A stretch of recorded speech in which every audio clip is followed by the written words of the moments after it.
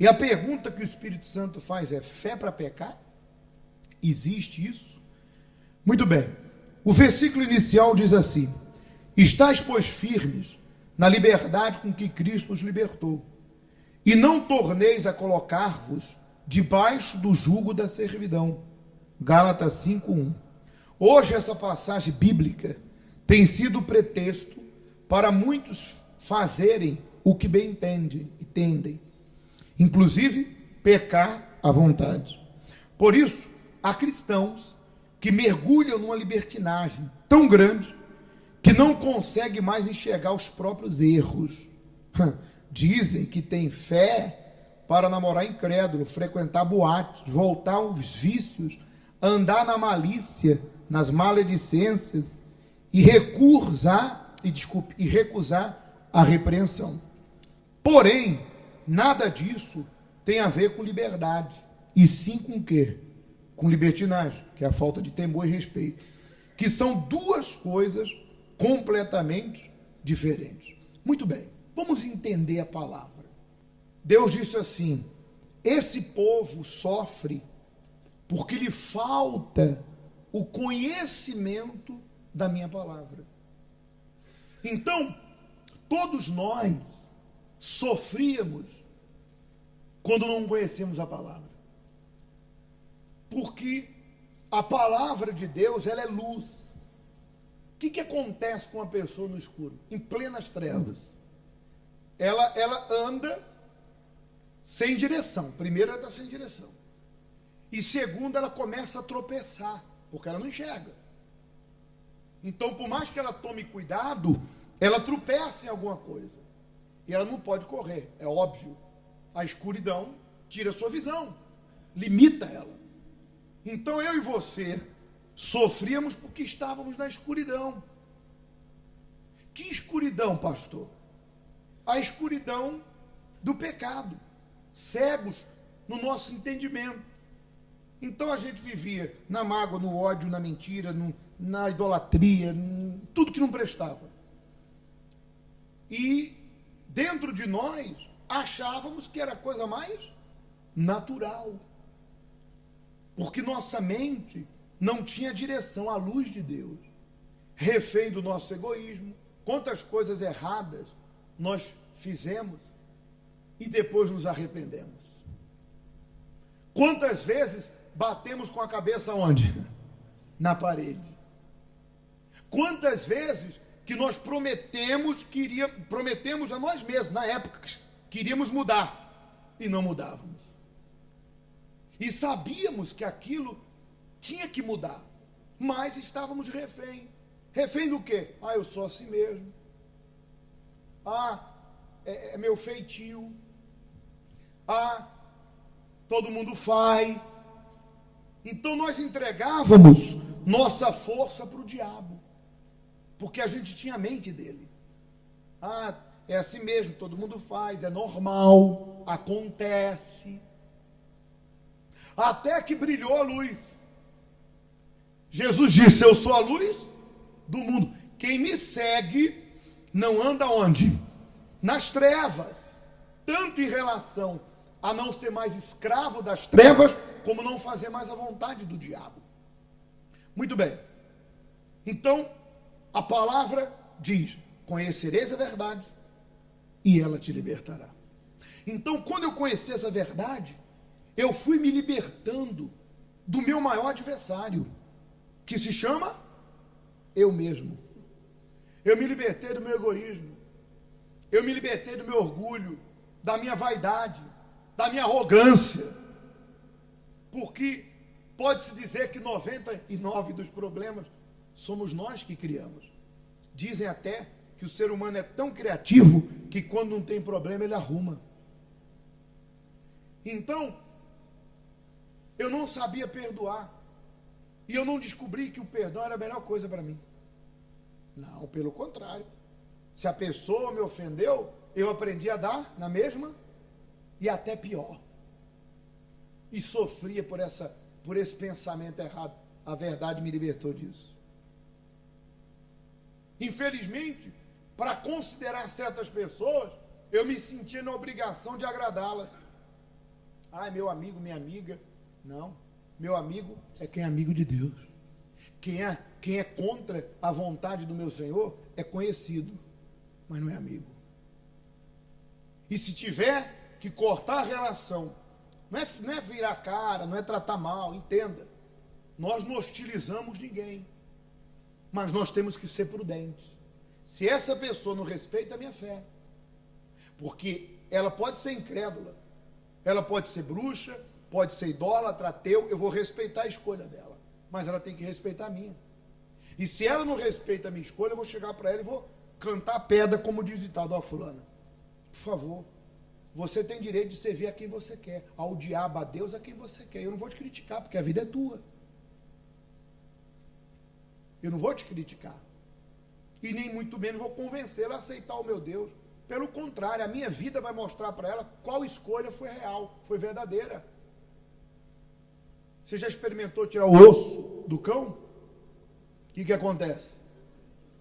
Ah, tem gente que quer empurrar Jesus, desculpe o termo, goela abaixo, aceita meu filho, aceita meu marido. Não, você tem que mostrar a Deus com a tua vida.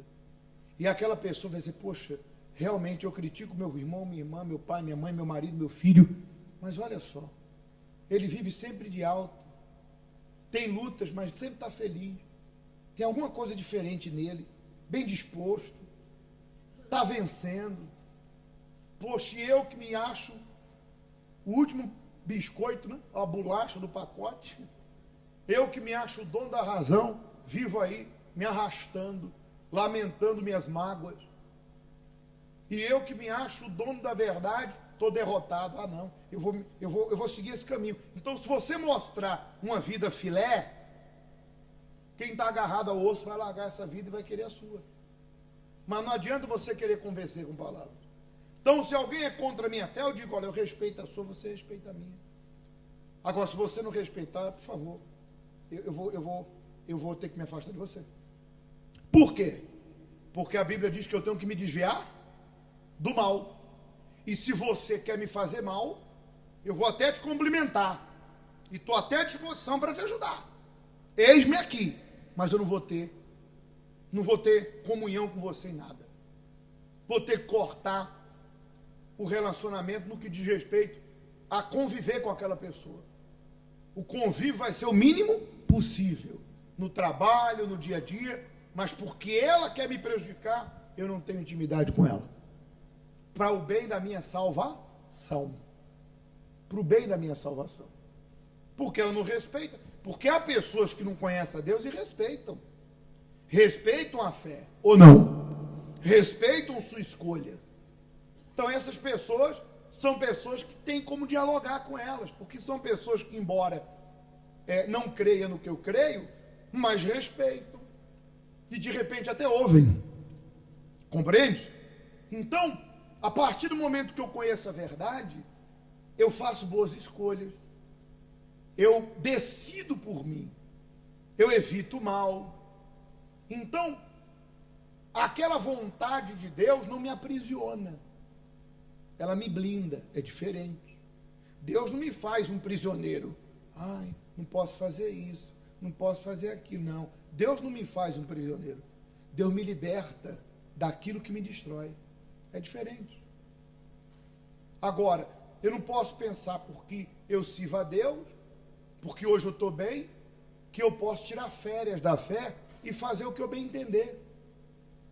Porque assim como Deus não vai considerar o meu passado se eu me arrependo, se hoje uma pessoa chega aqui, reconhece que vive no pecado, está condenada, que suas escolhas têm feito sofrer, que está afastada de Deus, e ela decide dentro dela, poxa, quão egoísta eu sou. Jesus fez tanto por mim, pagou um preço tão caro, e eu menosprezei, e tenho menosprezado e desprezado esse sacrifício.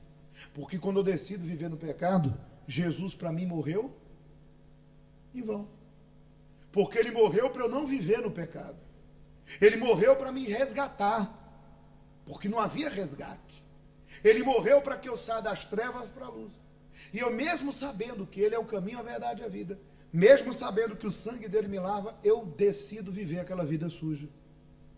Então Jesus morreu em vão para mim. Para mim que escolho o pecado. Então, quando a pessoa chega aqui e tem essa consciência, poxa, Senhor, me perdoa pelo meu egoísmo, e a pessoa decide largar aquela vida suja, domingo, faremos o batismo. E a pessoa decide sepultar a velha criatura em nome do Pai, do Filho e do Espírito Santo e seguir uma vida nova, uma conversão com Jesus. O passado dela, o que Deus faz com o passado dela? Apaga.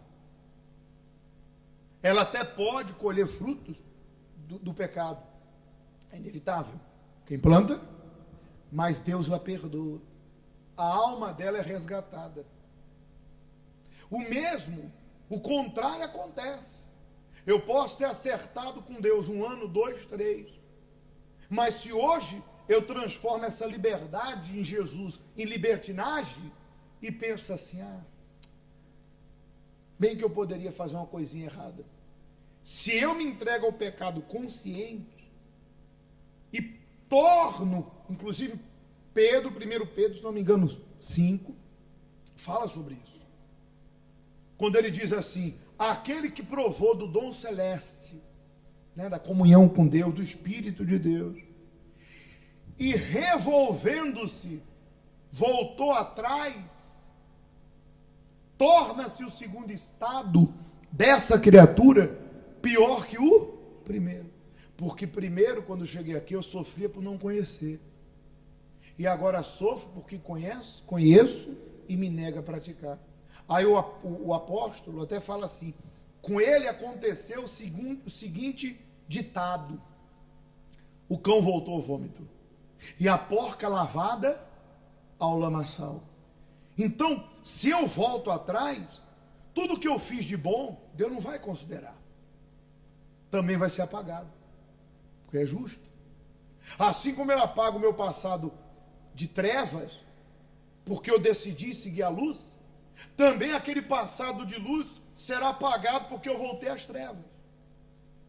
Então você tem que vigiar, todos nós, porque muitas pessoas, na caminhada da fé, umas amadurecem. Tem duas coisas que podem acontecer na nossa caminhada.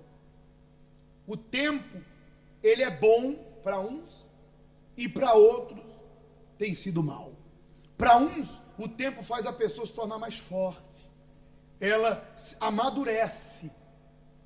Ela se torna mais experiente, muitas experiências, ela compartilha com os outros. Ela adquire conhecimento da palavra de quem? Usa a fé. Ela adquire a resistência, comunhão. Aprende a ler a Bíblia, aprende a orar, aprende a jejuar. Ela aprende a andar com as próprias pernas. Quanto mais tempo, mais próxima de Deus. Mas há outras pessoas que o tempo não fez bem para elas. Não por causa do tempo, por causa das escolhas. Por quê? O tempo passou e ela relaxou. Se tornou relapsa com as coisas de quem? Abandonou a comunhão. Abandonou a fé, o primeiro amor. Já não tem tempo para orar, para ler a palavra, para vir à igreja. E o que acontece quando uma pessoa, a brasa sai do meio do braseiro? Ela vai apagando, vai desanimando. Aí vem o espírito do engano. Na mente dela ou dele fala assim, mas ninguém é tudo isso que o pastor prega. Você acha que o pastor faz tudo o que ele fala? Mas errar é humano. E o diabo começa a trabalhar na mente daquela pessoa para que ela aceite voltar a ser quem ela era, como algo comum. Mas com um detalhe, agora você está na igreja, Deus entende. E aí entra o espírito do engano. Pensa comigo. A vida toda eu e você erramos. Pagamos caro por isso. Comemos o pão que o diabo amassou. Choramos. Tem gente que até diz, se eu conhecesse Jesus antes, eu não teria passado pelo que passei. Pensa comigo. Aí agora Deus me chama para Ele eu começo a ter um relacionamento com Jesus maravilhoso, e aí daqui a pouco eu permito relaxar, esfriar, e aí eu volto a ser quem eu era. Não faz sentido.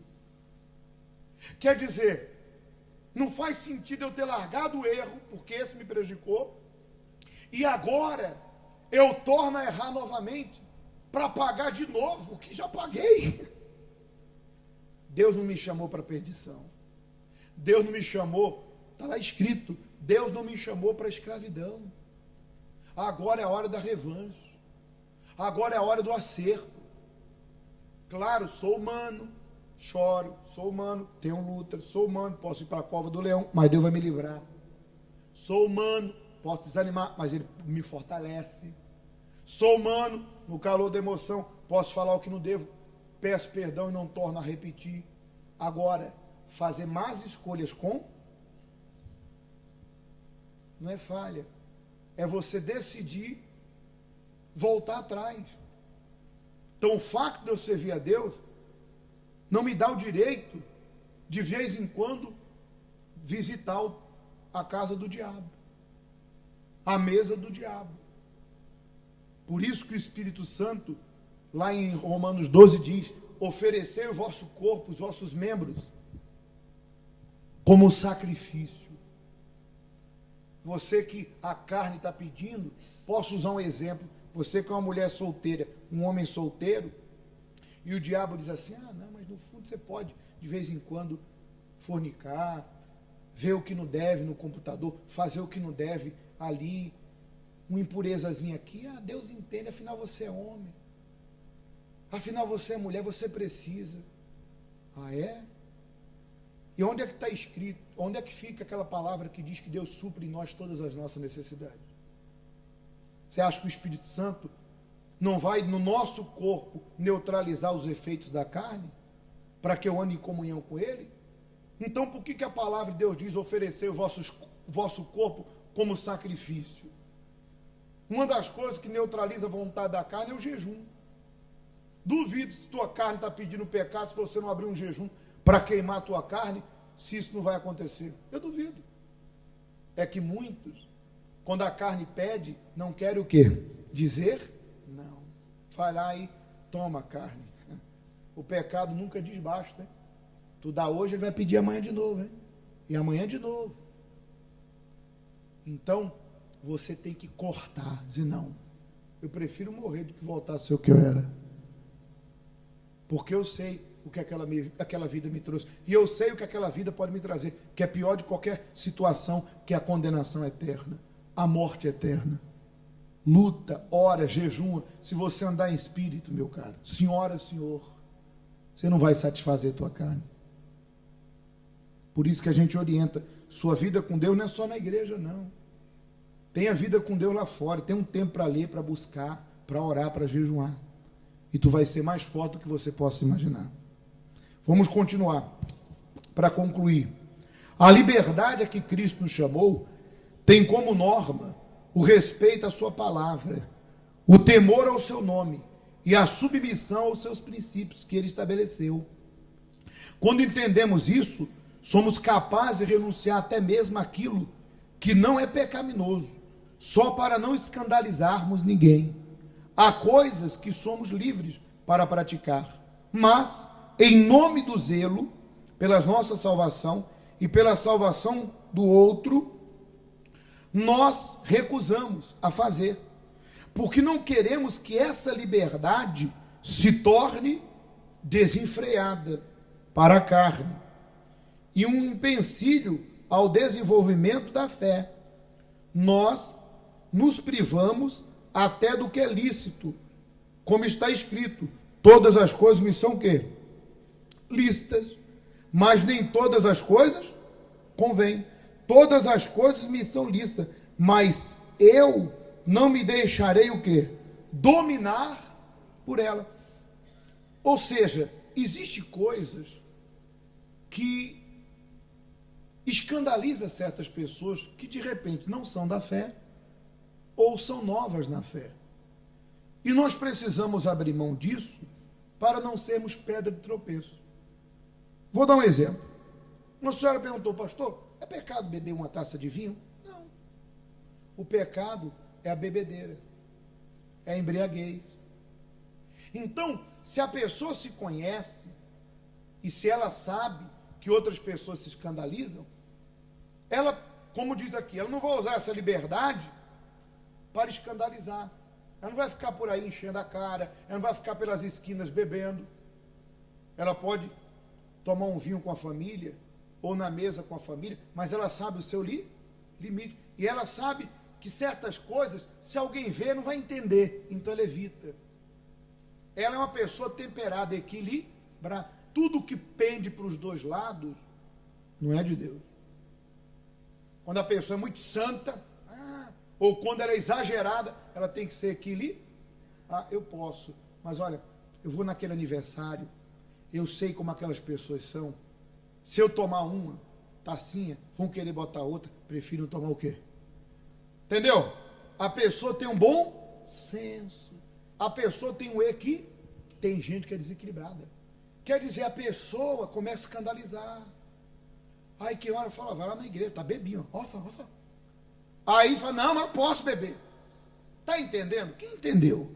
Quer dizer, usou a liberdade, tornou em e escandalizou. Porque de repente tem pessoas que são afastadas, não são da fé, que vê aquele comportamento e fala só, olha lá, vai na igreja, bebeu, tô falando um monte de besteira. E às vezes, não, mas o pastor falou que não é pecado. Você não tem equilíbrio nenhum. Então é melhor que você se prive. Se você sabe que vai fazer, vigia. Tudo é bom, nem tudo. Quem entendeu? Deu para entender? Não somos fanáticos, mas a pessoa tem que ter equilíbrio. Por isso que agora, nesse momento, você que se sente fraco, Deus não está te condenando. Você que se sente desanimado, Deus não está dizendo que você não tem jeito. Você que está preso a uma fraqueza, a um pecado, Deus não está dizendo que para você não tem jeito. Pelo contrário, Ele está te exortando porque Ele não quer que você volte a ser quem era. Então agora você vai dizer, meu Deus, me ajuda, me dê forças, porque eu não quero voltar ao vômito, eu não quero voltar à lama, eu não quero regredir, pelo contrário, Deus, eu quero me apegar ao Senhor com mais firmeza, como diz Hebreus capítulo 2, eu quero me tornar mais forte, eu quero que a minha comunhão, minha intimidade, meu relacionamento com o Senhor cresça, eu quero viver o que eu nunca vivi na minha comunhão. Se você deseja isso, então agora nós vamos buscar em Deus, fique de pé.